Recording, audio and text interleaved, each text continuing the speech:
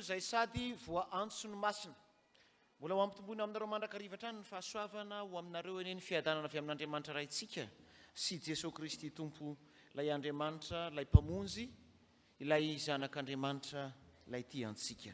Misaotra an'Andriamanitra isika eny amin'ity ora sy fotoana ity izay omena antsika amin'izao alahady voalohany amin'ny volana Mey izao, alahady 4 Mey, ahafahantsika indray miaona eto an-tranon'Andriamanitra amin'ny famotoana nefa koa manome voninahitra azy ho fankasitrahana ny fitiavan'Andriamanitra ny fiangonana ary manokana ao anatin'izany no isaorantsika an'Andriamanitra ny amin'ny alahady ny mpitandrina dia ny mpitandrina Ravelonantenaina Andrianjafy Mianakavy izay eto moa ny zanany tsy eto fa any ampitan-dranomasina fa izy Mianakavy kosa dia miara-miombona fosy fanahy amintsika amin'izao fotoam-bavaka izao. Eto am-panombohana ny afatra sy ny tenin'Andriamanitra dia miarahaba sady mpitandrina Mianakavy no ny amin'izao fotoana mamisarobidy arahan'ny fiangonana manome voninahitra n'Andriamanitra izao no ny amin'ny fanoloran-tenanareo manao ny asan'Andriamanitra ary dia ny fanahy masina araka ny lohahevitra mpanjintsika amin'ity volana ity izay efa nitaridalana anareo fantatra fa mitaridalana antsika mandraka androany no mbola hitaridalana anareo hatrany ny amin'ny fanompoana sy ny fanoloran-tenanareo manatanteraka sy manao ny asan'Andriamanitra amin'ny mahampitandrina eo anivon'ny fiangonan'i Jesosy Kristy eto Madagasikara. Ankehitriny ary miaraba ny fiangonana ihany koa mahatratra izao alahady ny mpitandrina izao. Ny mpitandrina moa no arabaina sirariana soa ary anonona fiadanana. Fa ny fiangonana dia tsy ambakan'izany ny amin'ny fotoana ahafahana indrindra miara-manome voninahitra n'Andriamanitra miaraba ny fiangonana sy manonona fiadanana rahateo koa ho amin'ny fitandremana manontolo sy ny kristianina rehetra ny amin'izao alahady ny mpitandrina izao ny amin'ny fiaraha-manompo tanteranareo mpitandrina eto amin'ity fitandremana ankady kely ilafy ity. Ny avatra ny tenin'Andriamanitra izay fampizarantsika amin'ity anio ity arak'izay hitantsika eny am-pelatanantsika moa misy ny fandaharana rahateo dia ny asan'ny apôstôly toko 240 ary sokafy mba masika ny asan'ny apôstôly toko 240 ny andininy 10. Ny asan'ny apôstôly toko 440 ny andininy 10. Izao ny vaky ny teny amin'ny anaran'ny Tompo ary noho nahita ny fahitana izy dia nitady andeha niaraka tamin'izay ankany Makedonia zahay satria nataonay fa Andriamanitra no efa niantso anay hitorony filazantsara amin'ny olona any. Amen. Ny tapany faharoa dia ny hoe satria nataonay fa Andriamanitra no efa niantso anay hitory ny filazantsara amin'ny olona any. Ny olona any resahana eto dia ny olona any Makedonia. Izay ny olona any resahana eto ny olona any Makedonia. Nataonay fa ny rahan'ny Tompo izay hitory ny filazantsara amin'ny olona any Makedonia. Fa nga moa i Paoly apôstôly Silasy, tsara aloha miteny i Paoly apôstôly Silasy no ambaran'ny ty asan'ny apôstôly toko 240 ty. Fa nga moa i Paoly Silasy tsy nieritreritry nitory ny filazantsara any no mahatonga azy miteny hoe satria nataonay fa ny rahan'ny Tompo zahay, nataonay fa niantso anay ny Tompo hitory ny filazantsara any. Zany hoe rehefa voasantsika tsara ilay soratra masina dia mahita mazava tsara tsika hoe nisy programa hafa ihany nietretin'ny Paoly Silasy fa ny Tompo naniraka azy amin'ny toerana hafa. Tsy izay loatra nefa ny tena tiana asongadiny ihany koa, misy izay amin'ny ampahany. Fa ny amin'ny ampahany koa dia izao manao hoe ny asarobidy ny asan'ny fanahy masina amin'ny mpanompon'Andriamanitra. Ny asarobidy ny asan'ny fanahy masina amin'ny fiainan'ny mpino sy ny mpitory ny filazantsara. Eto moa zany tsika miteny hoe mpino raha fiangonana ndresahana, miteny hoe zanak'Andriamanitra raha ny kristiana rehetra ndresahana ary alahady mpitandrina androany dia ny irak'Andriamanitra na ny mpanompo ny olom-boafidin'Andriamanitra raha alahady mpitandrina androany.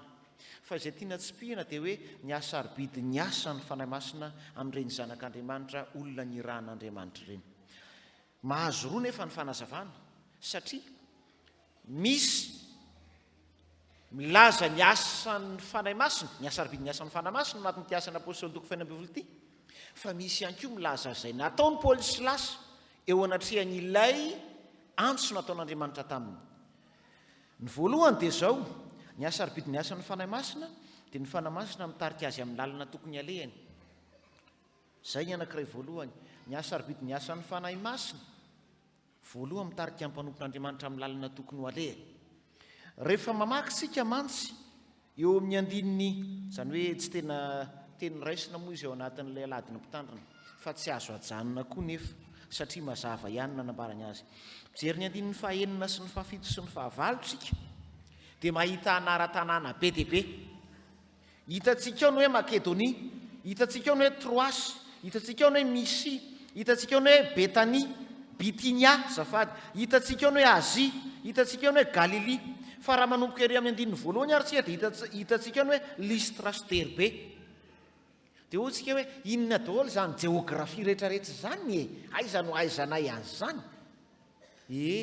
Ohatrany tsisy hidirany tokoa. Tsisy hidirany zany raha ataondray mijery.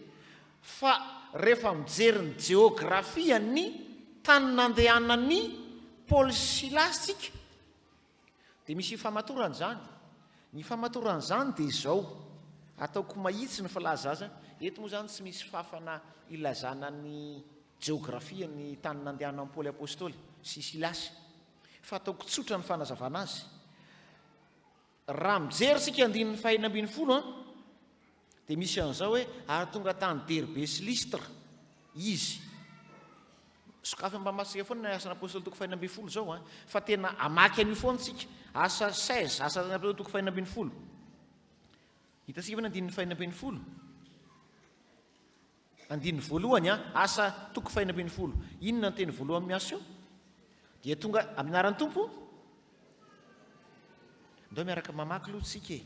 Miaraka mamaky soratra masina. Asa toko fahaenina ambin'ny folo fa ny andininy voalohany. Ahoana ny voalaza eo? Jereo tsara dia tonga tany Derbe sy Listra. Io Derbe sy Listra io fantatro fa tsy dia tena haitsika rehetra io, fa aty amin'ny tapany ambany farany atsimo ny toerana nisy an'i Paoly io, Derbe sy Listra. Dia ataoko tsotra ilay fanazava-kevitra. Miakatra eto amboniny eto dia Azia.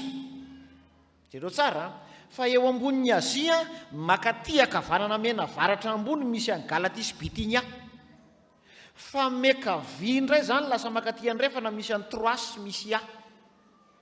Zany hoe raha miala avy eo amin'ny tany nandehanan'i Paoly sy Silasy, Derbe sy Listra, dia miakatra eo ambony eo dia Galatia, azafady Azia. Ary raha andeha ho any Troasy sy Misia, ataoko amin'ny teny azontsika, dia manitsy mihitsy avy hatrany ilay mandalo any Azia. Manitsy zany mandalo i Azia. Ary izay no mahatonga azy hiteny hoe tsy na ary rehefa vakintsika amin'izay no andininy fahaenina, rehefa niraran'ny fanamasina tsy aninona ozy, tsy hitoroteny any Azia, satria ny eritreritry ny raha mamaky boky evitentsika ho an'ny Troasy i Paoly sy Silasy anintsy eo Azia, avy hatrany eo Azia, hitory ny filazantsara, hikisaka avy hatrany tonga dia eo akaiky eo Troasy. Kanjo tsy anina sain'ny tompo ale, fa nakaiza indray nasain'ny tompo ale. Rehefa nandrahara azy izy tsy hitory teny any Azia dia nandeha nakaiza izy zany, namaky ny tany Frigia sy Galatia. Frigia sy Galatia indray raha veto zao ilay Derbe dia eto ilay tentsika hoe Azia, mandeha makaty mihitsy. Troasy zany makaty, fa zany Frigia sy Galatia zany mandeha mekavanana ary ambony avaratra ary amin'ny tany tsy tokony ho ale. Jereo tsara zany ny tarihan'ny tompo azy, fa any amin'ny toerana hafa mihitsy ny tarihan'ny tompo azy. Nefa namperitreritra, vakio tsara soratra masina io, nefa raha ny diany dia any Troasy ihany. Jereo tsara io vakio tsara rehefa ndrana, any Troasy ihany nefa raha ny diany, fa tsy nanintsy tao Azia, fa niodina tany niodina tany inavy le teny teo Frigia, dia zay vao nahazo any Galatia, dia nahazo any Misia, miodina be mihitsy zany lalany zany.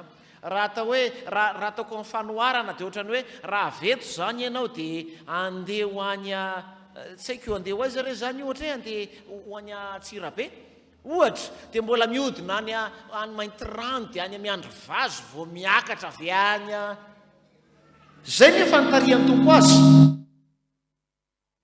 I Paoly ny eritreritry ny hoe andalo avy hatrany amin'ilay manitsy eo Azia. Tsy anjaran'ny Paoly nanontany n'Andriamanitra hoe fa maninona tsy avelanao anitsy aiza zany eo azy fa maninona tsy avelanao anitsy eo azy fa maninona zahay silasy no terenao iodina ho any frigasy any hiazo any Galaty sy any Bitinia zay vo azo any Troasy fa tsy nanontany an'izany anefa tsy nanontany an'izany Paoly Silasy fa rehefa niteny fotsiny izy hoe ary ny lalanao fa tsy ary dia manaiky an'izay satria izay nitarihan'ny tompo azy ary zay le hoe niasa arbidy niasa ny fanamasina raha tsaroantsika koa ane voangana ihany tsika ny nankalaza ny krismasy efa bolana lasa zay ny krismasy ho an'izay mbola natadidy tsara tamin'ny krismasy dia perikopa tao anatin'ny herinandro sambatra sy tao anatin'ny krismasy tsaroantsika tsara Matio toko faharoa andininy faraka ambin'ny folo sy ny andininy faharoa ambin'ny folo Matio toko faharoa andininy 11-12 andao nge vakina vetivety mora hita zany Matio toko faharoa miresaka magy tsika eto milaza ny amin'ny fahaterahanmpamonjy satria tsika miresaka hoe miasa arbidy ny asa ny fanamasina amin'ny mpanompon'Andriamanitra ny amin'ny zanak'Andriamanitra na ny amin'ny mpitoro ny filazantsara na ny amin'ny olona matoky an'Andriamanitra miasa arbidy ny asa ny fanamasina dia hotsika teo hoe mitaridalana azy mitarika azy amin'ny lalana tokony alehany manoro azy amin'ny lalana tokony izorany dia jereo nge zao ny Matio toko faharoa ny andininy faraka ambin'ny folo sy ny faharoa ambin'ny folo ny andininy faraka ambin'ny folo zany hitatsika fa ny andininy faraka ambin'ny folo dia vakiko ny faraka ambin'ny folo fa rehefa tonga ny andininy faharoa ambin'ny folo dia ny fiangonana maky azy amin'ny anaran'ny tompo manao hoe ary rehefa tafiditra tao an-trano izy ny magy io resaka io dia nahita zazalahy sy Maria Jesosy io teraka io voateraka ka ny akohoka teo anatrehany ary noho ny nosokafa ny fiterezan-drakiny dia nanolotra zavatra ho azy izy dia volamena zava-manitra ary miora dia andininy faharoa ambin'ny folo vakin'ny fiangonana ny magy ny resahana eo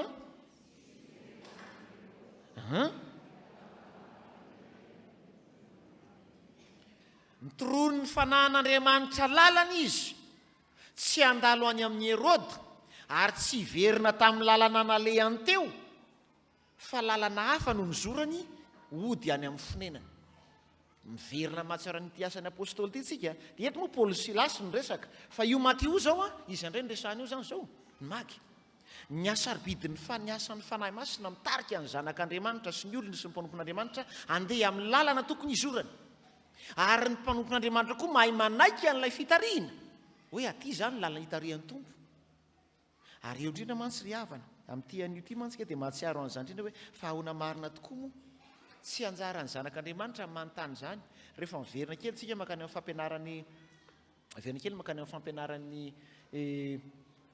Jean Calvin rehefa miainga avy amin'ny ray aman-dre patriarka mpampianatra apologète ray ny fiangonana ray ny finoana nampianatra ny amin'ny trinité dia nampianatra mazava tsara ny fiangonana manao hoe ao anatin'ny fiasan'Andriamanitra ny fisian'ny endrika telo ray zanaka fanamasina ary ny Andriamanitra fanamasina dia hita amin'ny fotoana rehetra tsy voafetra ny abaka ary tsy voafetra ny toerana ary izay no maha hita amin'ny toerana rehetra azy omniprésence de Dieu par le Saint-Esprit zay no nazavany azy moa zany ary io Andriamanitra amin'ny toerana rehetra io mahita meloa ny zavatra amin'seho tsy voafetra amin'ny fotoana tsy limité par le temps tsy voafetra amin'ny fotoana ary zany no mahatonga an'io fanahy io mitarika ny zanak'Andriamanitra hoe ny zanak'Andriamanitra mieritreritra hoe ary no alehako magy ao anatin'izany Paoly Silasy ao anatin'izany fa le omniprésence de Dieu par le Saint-Esprit no mitarika azy ary miteny aminy fanamasina manao hoe efa misy zavatra ohatran'izao ary tsy voatery ho azo nylay mpanompon'Andriamanitra zany fa izy kosa Andriamanitra mananiverana azy dia mitarika amin'izany ary zany ry havana rehefa mijery koa zao sika satria nataonay zay le tapany faharoa andininy fahafolo tapany faharoa satria nataonay fa efa niantsona hitory filazantsara amin'ny olona any izy raha ny marina jerentsika ny tapany faharoa amin'ilay toko fahafolo zafa toko fahinambin'ny folo amin'ilay andininy fahafolo dia zao ny voalaza eo ary noho ny alina dia nahita fahitana nyseho tamin'ny Paoly seho tamin'ny Paoly koa ary indro nisy lehilahy makedoniana nitsangana teo nangataka azy hoe mitamanka ty Makedonia ka avonjeo zay any Makedonia misy olona mila vonjy ary Makedonia misy olona mila vonjy. I Paoly Silasy mieritreritra hijanona eo Troasy na Troasy, mieritreritra ny hijanona eo. Zany elanyelan'izany hoe Troasy sy Makedonia zany tena mbola mitaporo indroa mihitsy zany, ary miampita ranomasina zany, fa tsy mba mandeha tongotra akory na mandeha soavaly na mandeha briky, fa miampita ranomasina zany. Miverina ireo geografia teo a. Saingy rehefa nitarihin'ilay fanan'Andriamanitra miseho amin'ny endrika fahatelo, tena Andriamanitra mihitsy sy mitarika azy amin'ny endrika fahatelo, i Paoly Silasy, manao hoe tsy eo le nilananao fa ary dia nandeha tokoa izy. Ary ny fahatsapatena nanana ny Paoly Silasy manao hoe mitarika anay ny tompo, ary iny misy olona mila vonjy, dia tsy nandà izy. Ary zay ny tapany faharoa sady farany, sady amarana sady ny tenin'Andriamanitra sady miresaka mantsika nanazava mantsika iny amin'ny hoe ny asa sarobidy ny asa ny fanahy masina amin'ny fiainana mpitoro filazantsara.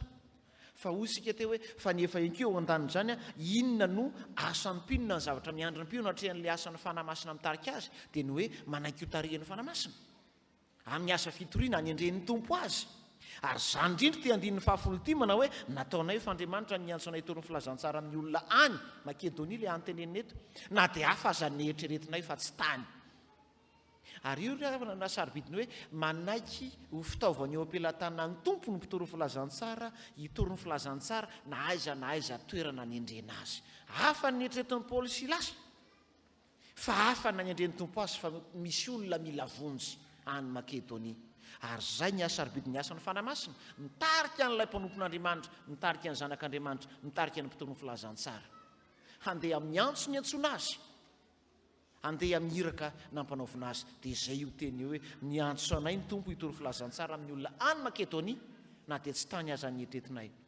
Ary zany ry havana, aladiny mpitandrina moa androany, aladiny mpitandrina androany, ary mpitoro filazantsara koa zany Paoly Silasy a, fa mpitoro ny filazantsara koa zany ravelona tena nandrenjafy menakavy. Ny taona ny ainany fotsiny samy hafa, fa ny asa fitoriana mitovy ihany. Ny alavitra ny toerana koa no mety tsy hitovy, fa ny iraka mpanaovina ny votoatiny asa tanterahana mitovy ihany ny amin'ny fitoriana ny filazantsara. Maniraka anareo ny tompo, ry mpitandrina mivady, mpitandrina mianakavy. Ary sarobidy ny fanekenareo ny antso, ny indraminareo moa zany ny tenin'ny Paoly Apôstôly Silasy, saingy fantatra fa iananareo koa hoe ary Andriamanitra ny antso anay hitorony filazantsara any amin'izany toeran'izany. Ny mpitandrina tokoa ane dia zany milaza ny amin'ny mahampitandrina zay, fa pratika amin'izay zany zao anazavako sao. Ny mpitandrina tokoa dia toy izany. Mpiandraikitra foibe vao nirava tamin'ny larobia teo zao, fivorian'ny mpiandraikitra foibe vao nirava tamin'ny larobia teo, dia nambana nisy ampanina trehako moa zany, dia miandry an'le fanendrena mpitandrina tamin'ny larobia teo, ny fanendrena ny latsin'ny taraty larobia ny fanendrena mpitandrina. Iza no andeha aiza, iza no maka aiza. Le mpitandrina rehefa ho roanjato ny toerana miandry azy, roanjato tahaka izany koa, iza no alefa aiza. Le mpitandrina roanjato irana amin'io, maninona efa manana zay eo indrindratsika izao. Za zao raha mba asona partiko zao matsiatra soa, ny azo ny espetiko zao arisy dia efa manana etretiny. Inona moa tsy Paoly Silasy navela mihitsy ane zany, manana programy za zao mba ariny eritreretiko, ariny eritreretiko. Fa tsy zay koa nefa amin'ny lafiny ray, fa ny tompo manendry amin'ny alalany fiangonana hoe ariny mila fiantsoana hitoriana ny filazantsara. Dia tahaka izany koa mpitandrina velona tena andrenjafy, mety nana zay ny eritretiny sy ny sainy izy tamin'ny fotoan'andro, fa ny tompo nanendrika azy hoe eo ankady kely mila mpanompon'Andriamanitra, dia tonga mpitandrina eto izy. Ary zany raha teo no anarahany tompo anareo, ry mpitandrina mianakavy raha velona tena andrenjafy, hitorony filazantsara amin'ny olona ty. Miova fotsiny zany le vao mbola ampiasain'ny Paoly Silasy amin'ny olona ty amin'ny tony toerany tony, satria aty ny ilan'ny tompo anareo fa misy mpanompon'Andriamanitra mangetahita sy mila vonjy. Ary zany ny fifalian'ny tompo maniraka anareo, sarobidy ny asan'ny fanahy masina, mitarika anareo ho amin'ny toerana tahaka izao, ho amin'ny fitoriana ny filazantsara. Sarobidy ny asan'ny fanahy masina manoro ny lalana sy ny tokony aleha ary ny tokony atao amin'ny asa fitoriana ny filazantsara nandreny tompo anareo. Fa tahaka izany ihany koa jereo tsara fa le tany Makedonia rehefa nandray ny filazantsara, nandray an'le iraka faly dia faly, jereo ny toy ny epistily ny fifaliany fa nahazo tonga tany ihany Paoly Silasy, fa tsy nijanona tery ampitany ranomasina tery am-porte ny Troasy. Ary zany ny fifalian'ny mpanompon'Andriamanitra mandray ny filazantsara. Dia ho aminareo tokoa zany tenin'Andriamanitra zany, ry mpitandrina velona tena andray anjafy, tsy hisaraka aminareo hatrany ange ny asa ara-bidy ny asa ny fanahy masina izay mitarika anareo ny amin'ny lalana tokony izorana, ny amin'ny asa tokony hotanterahana, ny amin'ny fanompona miandry sy ataonareo. Tsy hisaraka aminareo zany asa ara-bidy ny fitarihan'ny fanahy masina zany, fa ianareo ihany koa dia tsy hisy hafa amin'ny Paoly sy Silasy manao hoe any antsony tompo anay eto amin'ny tony toerany tony, manatanteraka ny iraka, manatanteraka ny fitorina filazantsara, satria misy olona mila vonjy any amin'izany toerana ny rahan'ny tompo anareo zany. Ho aminareo hatrany ny fitarian-dalan'ny fanahy masina amin'izany fanompona sy fanorateny zany, fa ho amin'ny fiangonana manontolo tokoa ny hatsara ny filazantsara izay torian'ny mpanompon'Andriamanitra tarihan'ny fanahy masina ho amin'ny asa fitoriana ny filazantsara. Ho an'Andriamanitra ny voninahitra ho amintsika hatrany ny fiadanan'ny tompo. Amen.